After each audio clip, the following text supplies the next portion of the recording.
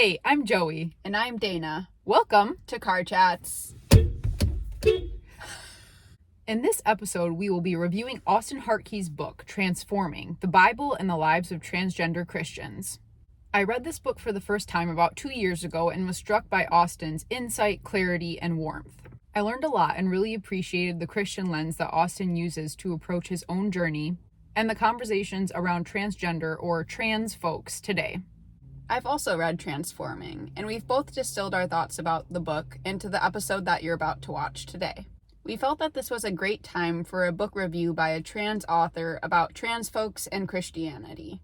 In the past few years, there's been an increasingly public and political attack on trans people within the US and the world. It also seems to us that the church is way behind in its understanding of trans people. The church has been hyper-focused on same-sex relationships and the LGB part of the LGBTQ acronym, which completely leaves out trans people. Before we move on, let's review what transgender means.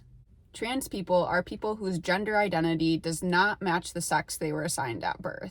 We use the term cisgender or cis to refer to people whose gender identity matches the sex they were assigned at birth.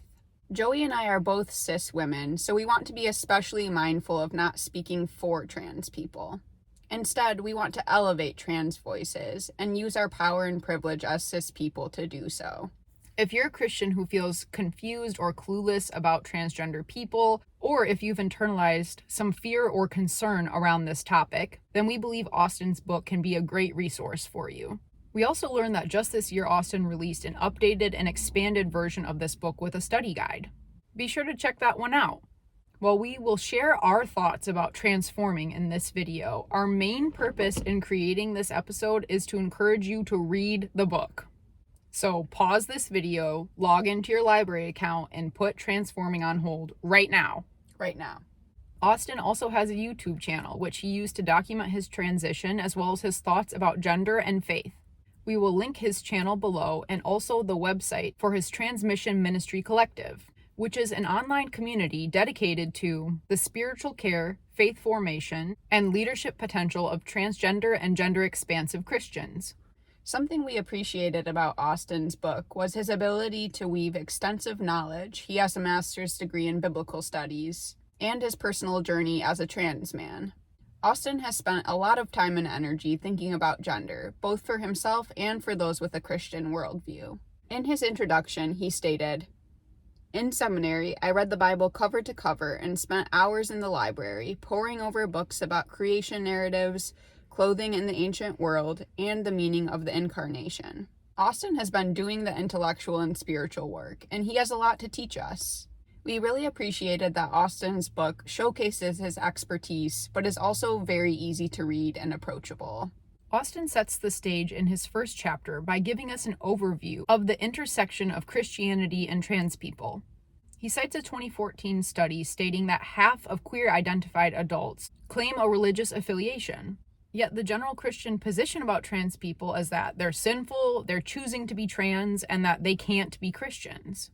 Because of these views, trans people have been consistently subjected to discrimination, oppression, and violence. A study found that the number one predictor of health and well-being for LGBTQ youth is family acceptance and the creation of a safe haven at home. Yet sadly, we know that many queer and trans youth are not accepted by their families, let alone their churches. Next, Austin gives an overview of foundational gender concepts. He covers the distinction between sex and gender, and reminds us with specific examples that trans and gender non-conforming people have existed across time and place. If you feel lost when it comes to gender, Chapter 2 of this book can give you some great tools. Chapter 3 covers the 3 common perspectives about being transgender: sin, sickness, and specialty. In the first perspective, Christians think that trans people are sinning, messing up God's original intended plan of male and female from a literal reading of Genesis, complementarianism. This view is terrible for trans folks' health and well-being, and it is specifically shame and guilt-based. With the second view of transness as illness, Christians can view transness as a non-moral reality similar to disability. So without the fall, trans people wouldn't exist.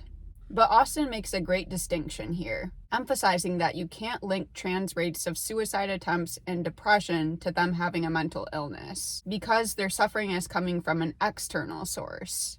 Oppression and minority stress, rejection, non-affirmation, victimization, and discrimination are why trans people are suffering. This sickness perspective suggests that trans people must change to fit the mold. However, it avoids addressing the mold itself, which is causing the harm. The third and final viewpoint is specialty, that being trans is just the result of natural variation that occurs in creation. Austin points out that this perspective is the only framework that is documented to be consistently positive, reducing levels of depression and anxiety in trans people. When trans people are accepted for who they thrive. Many Christians have trouble considering anything other than the sin or sickness perspectives. They can't get past the understanding of biological sex as a cut and dry binary that is divinely decreed. Well, Austin unpacks that in chapter 4. And God said, "Let there be marshes." This was one of our favorite chapters in the book. Austin starts by taking us back to the Genesis creation story and pointing out the dualities: light and dark, earth and sky, male and female. Austin reminds us that God is also aware of and the creator of twilight, dusk, and marshes.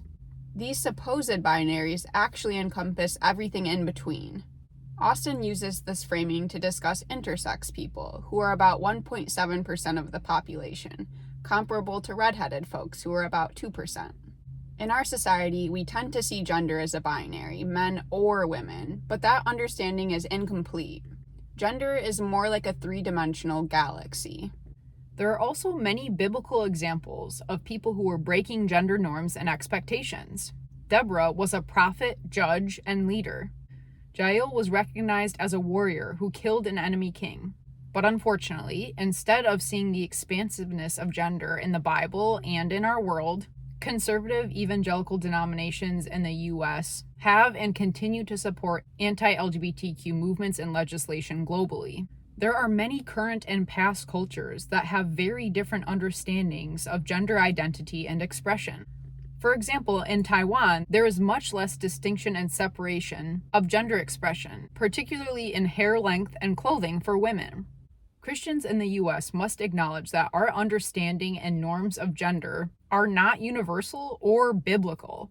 There is no right understanding of gender. Austin also explores the importance of names for trans people. And the Bible is actually full of naming and renaming stories.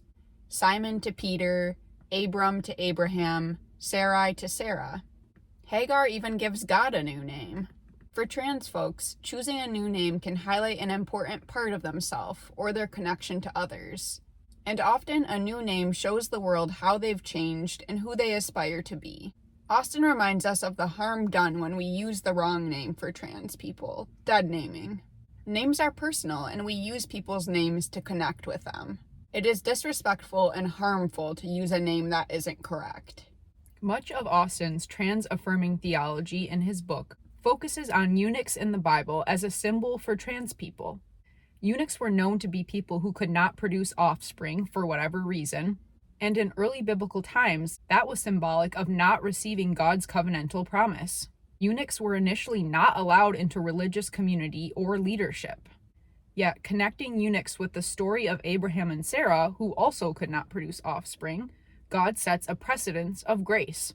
The Bible is clear that eunuchs have a place in God's kingdom. Jesus names eunuchs as uniquely gifted in discipleship. Jesus never heals a eunuch or uses a eunuch as a negative example. Jesus knew about eunuchs, people who fell outside of the normal conceptions of sex or gender, and did not consider them morally corrupt or broken. Jesus held eunuchs up as positive examples. In Acts 8, when Philip meets the Ethiopian eunuch who is trying to learn about Christianity, the eunuch is understood to be an outsider on every level. In the end, despite all perceived barriers, the eunuch asks what's stopping him from being baptized, and Philip is like, "I guess nothing," and baptizes him. This is God's call for us as Christians. The final chapter of this book, The Trans-Affirming Toolbox, is a must-read for Christians who are interested in learning about how to better love their trans siblings in Christ. These are helpful and practical action steps for trans allyship, including a list of specific action steps for churches. For you, viewer, keep educating yourself, particularly by listening to trans voices. Always use correct names and pronouns for people, and literally practice using they/them pronouns. So what would happen if Christians created communities where trans people could flourish? First, rates of violence against trans folks would fall, because Christians would no longer push trans exclusionary viewpoints and legislation. Minority stress would decrease for trans people, and they would be able to live more authentically. The church's time and resources could be used for feeding, clothing, and housing people, along with more community care and support, instead of being used in a harmful and un-Christ-like culture war. And of course, the church would grow as we work to make our flock whole again with the inclusion of trans people. We want to end this episode with a beautiful quote from Austin in his book and a call to action for all of us. This is when trans Christians experience life in abundance, when they are welcomed into community, when they are loved for all of who they are, when their differences are respected, when they know they can count on their community to help with their daily human needs, and when they feel safe enough to drop their defenses in order to take on Jesus' gentle yoke of discipleship. That takes us to the end of our review of Transforming. We love this book, we're really grateful for Austin, and we believe this book can be a great asset for any Christian who is looking to understand trans people better or move further along their journey of loving trans people.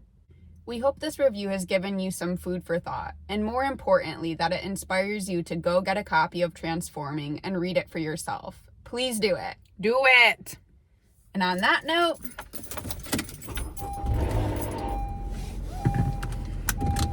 we'll be back. bye everyone. It's you. Nice. Yay. Nice. Nice. Good. Yeah! Nice! Hey! Oh, It sounded so hard. So without the fall, trans people wouldn't exist. And without the spring, gay people wouldn't exist. Natural variation that occurs in creation. My eyes are having a time. I want to close them. World, how they've changed and who they aspire to be. Dying. I was like, my eyes were like, of transforming. Enjoy your seatbelts. Ah! I didn't put mine on. Oh, that's hilarious.